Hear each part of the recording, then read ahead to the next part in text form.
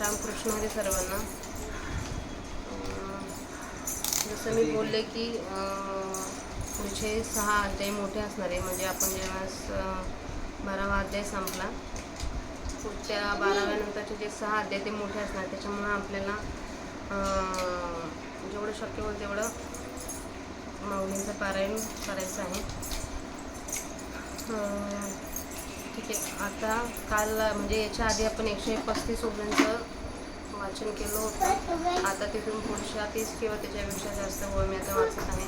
वक्रतुंड महाकाय सूर्यकोटी समप्रभ निर्विघ्नं कुरु मे देव सर्व कार्येषु सर्वदा अलंकापुरी पुण्यभूमी पवित्र नांदतो ज्ञान राजा सुपात्र त्या आठवीता महापुण्यराशी नमस्कार माझा श्री सद्गुरू ज्ञानेश्वराशी.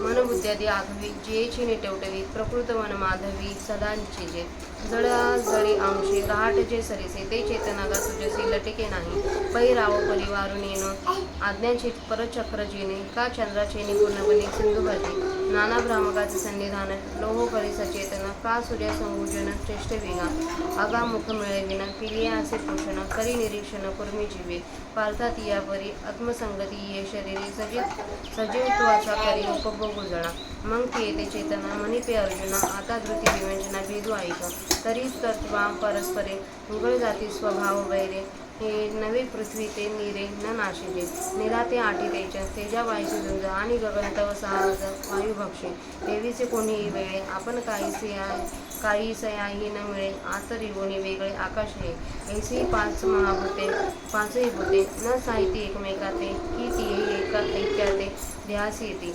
द्वंद्वांची उपयोगी सोडून बसती ऐकी एका ते पोखी निज गुन्हेगा ऐसा न मळे ती सांजणे चळे धैर्य जेणे दया नाव म्हणे धृती मेघा आणि जीवेसी पांडवा या 36 मेळा तू हा येथ जाणावा संघात उपयोगा एवं 36 भेद सांगितले तुझा विषय या हेतुलयाते प्रसिद्ध क्षेत्र म्हणजे रथांगाचा मेळावा देवी ऋतू म्हणजे पांडवा का अद्व अवेवा नाव देव करी तुरंग समाजे सेना नाम निफजे का वाक्य म्हणजे ती पूजे अक्षरांचे का जयधारांचा मेळा वाच्य होय आभाळा नाना लोका सकाळ नाम जगा का स्नेहसूत्र बनी मिळू एकच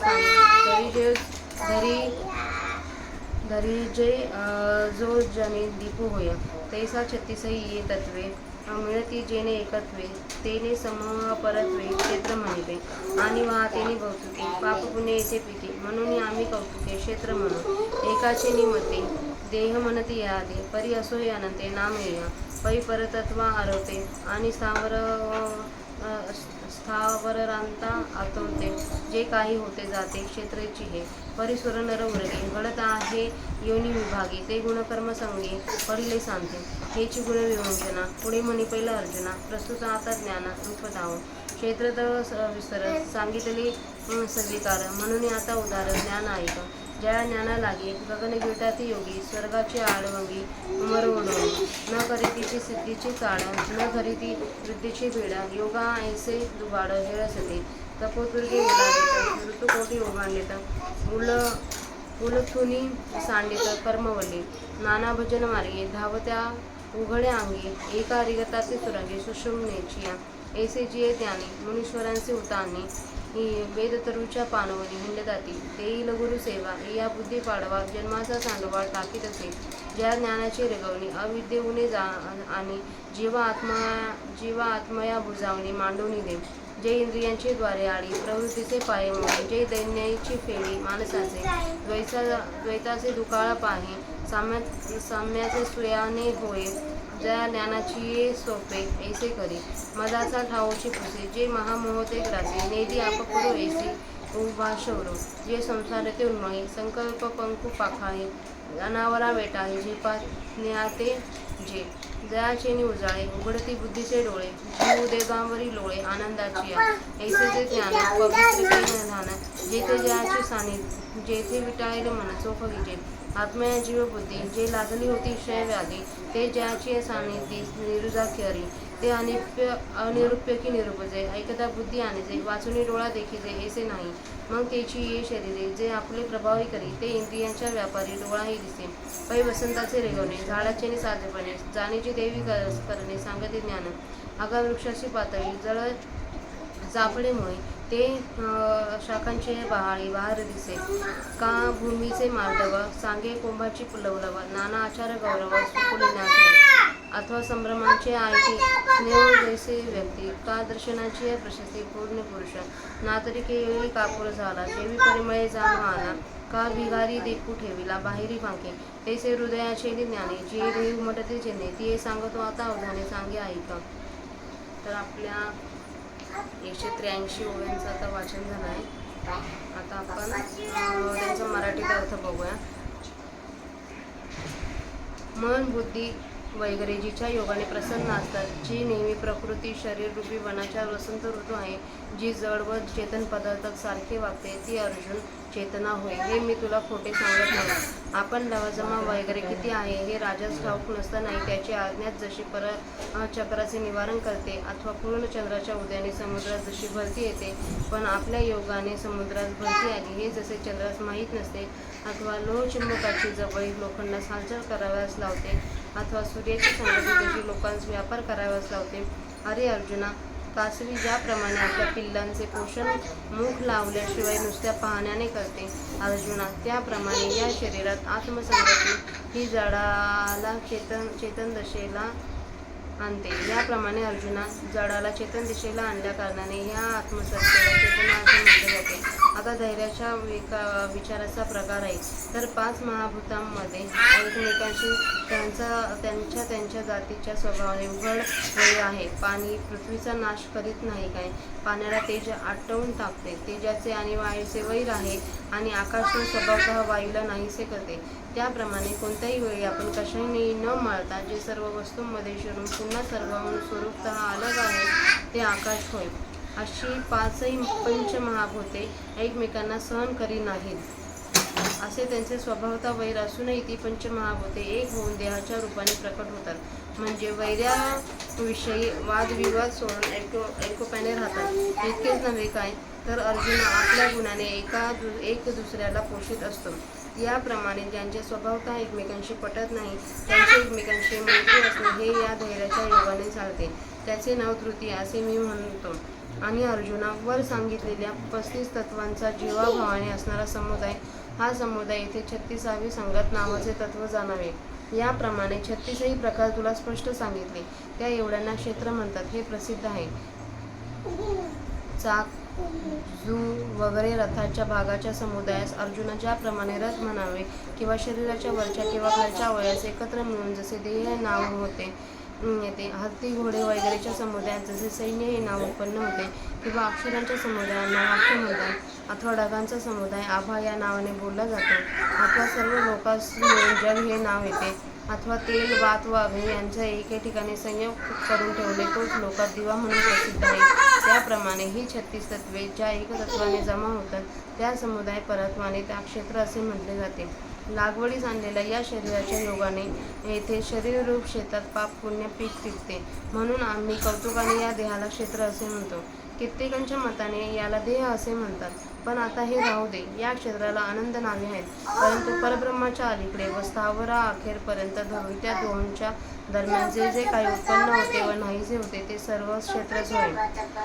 परंतु गुण व कर्म यांच्या संगतीत सापडले असता देव, मनुष्य, सर्प वगैरे जातीच्या वेगवेगळेपणाने या क्षेत्राची रचना होते. अर्जुना, हाच गुणांचा विचार तुला पुढे अध्याय 14 मध्ये सांगण्यात येईल. सांप्रत आता ज्ञानाचे स्वरूप सांगतो. क्षेत्र तर आम्ही तुला विकारांसह विस्तारपूर्वक सांगितले, म्हणून आता उदार ज्ञान ऐक.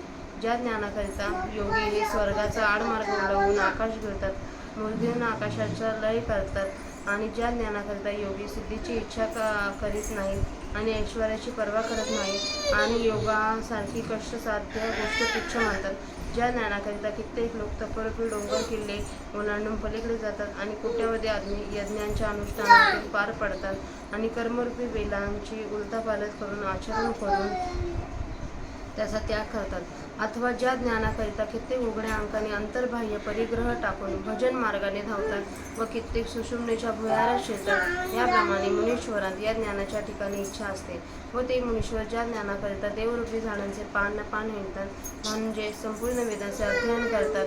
अर्जुना, गुरुसेवेने ते ज्ञान मिळेल या बुद्धीने ते सेवेवरून आपला जन्म ओवाळून टाकतात. ज्या ज्ञानाचा प्रवेश अविद्या नाहीसे करतो व जीव ब्रह्म यांचे ऐक्य करून देतो, जे ज्ञान इंद्रियांची द्वारे बंद करते, बहिर्मुख वृत्तीचे पाय मोडते आणि जे मनाचे दारिद्र्यच नाहीसे करते, द्वैतरूपी दुष्काळ नाहीसा होतो व सर्वत्र समबुद्धीच्या बोधरूपी सुबत्तेचे दिवस येतात.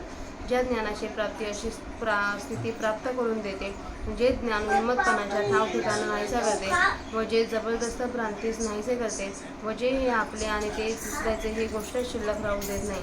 अर्जुना, जे ज्ञान संसाराला मुळासकट उपटून टाकते व संकल्परूपी चिखल साफ धुवून टाकते व आकलन करण्यास कठीण अशा परब्रह्माला जे ज्ञान व्यापून टाकते, ज्या ज्ञानाच्या प्रकाशाने बुद्धीची दृष्टी उघडते व जीव आनंदाच्या पोटावर ओढवतो, असे जे ज्ञान, जे पवित्रपणाचा एकच ठेवा आहे व जेथे जे प्राप्त झाले असता विषयाने उटळलेले मन शुद्ध करता येते, देह बुद्ध्यादी अनात्मा पदार्थ मी आहे आणि मी जीव आहे असा भ्रमाचा क्षयरोग आत्म्याला जो झाला होता, तो रोग ज्याच्या सहवास बरा करतो, ते ज्ञान निरूपण करण्यासारखे नाही. तथापि त्यांचे निरूपण केले जाईल आणि ते ज्ञानाचे निरूपण ऐकल्यावर ज्ञान बुद्धीला जाणता येईल, पण डोळ्यांनी पाहता येईल असे ते ज्ञान नाही.